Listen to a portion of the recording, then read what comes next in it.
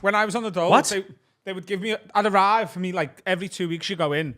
So they can go, right, have you been looking for work? You have to go, right, fill this form in and tell us where you've been looking for work. Or maybe they give you it and you take it with you and you fill it in while you're home and you bring it in. Yeah. So you write down like Foolproof. establishments, and I'd put like Greg's the Bakers. What did you do to seek a job? I went in and asked the woman if they were hiring. Result, they're not hiring. And But they are selling steak bakes. Yeah. Result, £7. Because I was on the dole for a little bit when my bar job got too clashy with stand-up. I was like, right, well, I can't do bar work anymore, but I need money and you're earning nothing from stand-up. So I was like, right, I'm on the dole for a bit just to get the 30 quid a week they'll give you, just so I could give me dad it and be like, here's your rent. I'm going to Scarborough for fuck all. And yeah, so you just have to write it. But I would sit in my dad's house and just write about all these jobs that I was applying for that I had. I went into Ladbrokes again. Allegedly. They still don't hire 16-year-olds. No, this is all. I did this. It's alleged, isn't it? I went to No, the I didn't. mafia. Comedy podcast. I went to the mafia, asked if I could be a made man. I did They start said making no. some up, like just to see Start if. putting in the address, and the mafia's Yeah. like, you didn't put down our actual address, did you? Yeah, no, it's just the Dole people. The fucking Scouse mafia. I mean, mate came with me once to hand it in, and he was like, I was like, I need one more because I hadn't filled it in. And he went, lad, I dare you to ask her if she's hiring. And I did. So she was like, what's the last one? I was like, have you got any jobs going here? She was like, no. I was like, Pop that down. You're not trying. Imagine she'd said yes. And it was just like in Tim Or Allen's... just quit on the spot. Yeah, fucking, my job's here in a bit. It's like the little fucking tie she has to wear is like Tim Allen's the Santa Claus. She just like takes it off, puts it off you, and then she's vanished. Into her. So like, oh my Where's God. she gone? Scarborough. For fuck all. That's how, yeah, you're in that job until someone asks the magic question. Yeah. Yeah. That's Can I have a goes- job? Can I have your job? I'm free. Yeah. Working in the Dole office is the career version of It Follows. You just have to pass it on to someone else. And you're leaving the door like, I'm so sorry. How long will it be? I've been here for 67 years. We're at a Dole office in Liverpool. It could be a while. Have you ever had any other job? Not a real job. I did have a job before this. I was a paintball referee. Because, I'll say the name of the company, Bedlam. Basically, I think it's one of those businesses where they just like, and we'll give you the opportunity to start your version of Bedlam up here. It's like McDonald's. It's a franchise thing. So my mum, when I was still at school, one day I came home from school. She was like, "You've got a job." And I went, "What?" She was like, "I was just up at the corner shop today. And there was a little, like one of those tag pull away things, help wanted. They're looking for a bunch of teenagers to be a paintball referee, and you're getting picked up at 5:30 in the morning on Saturday for your first shift." So like, bit annoyed on my weekends. First problem. The time. Oh man, I'm a fucking... Where was it? It was in a place called Edsall, so just slightly north of or south of Aberdeen, but it was 2.5 hours. Hey. And our boss...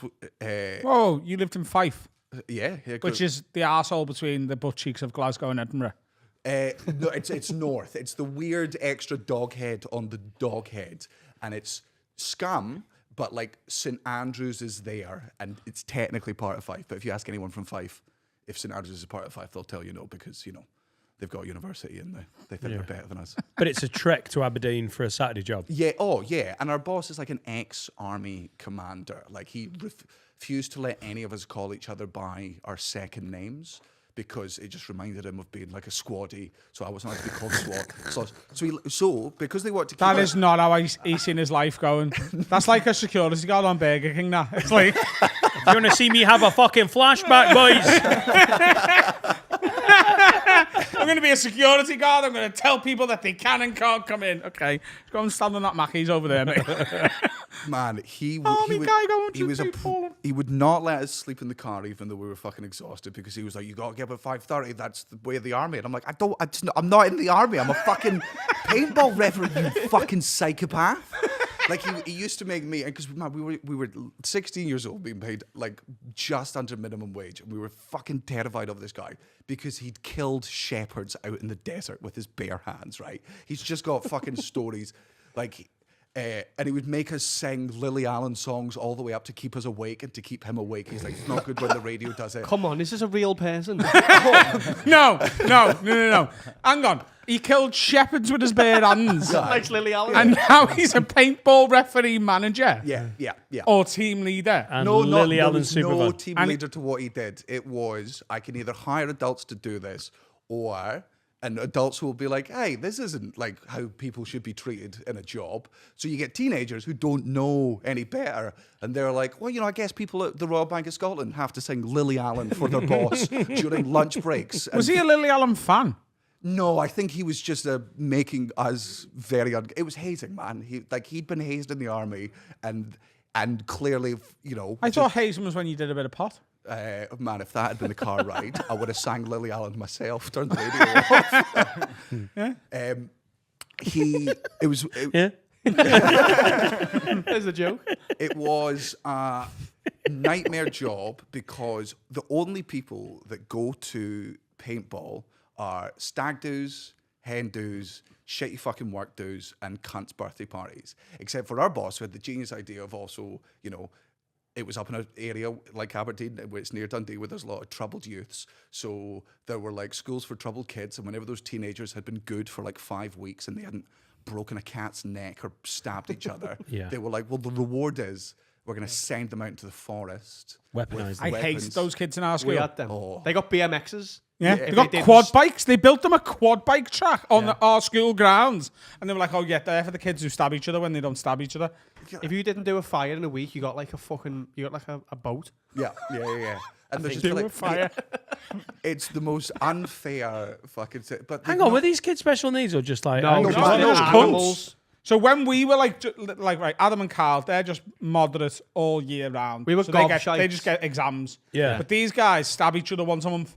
We need to stop the stabbing. Right. So it'll be if you don't stab each other, then you get a quad bike day. Yeah. But like we should have had a quad bike day every fucking week. Yeah, we never Because we stabbed didn't each stab other. anyone, No. allegedly.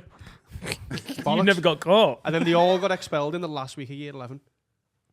Maybe 20 of them got expelled in one go. One of the kids, right, and this is how like troubled they were. So okay, it's just me and another teenager are in charge of like groups of 2 teams of 20. So there's about 15 kids on his team, 15 kids on my team.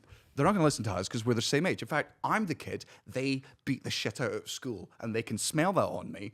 So I'm using my big boy voice of being like, okay, it's very important that you don't, when we're out in the field, you have to wear your masks at all time, and you can't aim your markers during the markers is the name of the guns, and you've got to have your hopper, and that's the thing that has all the Yeah, the bullets round on thing, top. yeah. And man, the one thing that was fucking drilled into us by our army guy was like, anyone with their fucking masks off, it's one warning and then they're fucking gone. Like, this shit takes people's eyes out. I'm not getting fucking sued. And if we are getting sued, I'll fucking blame you for it, right?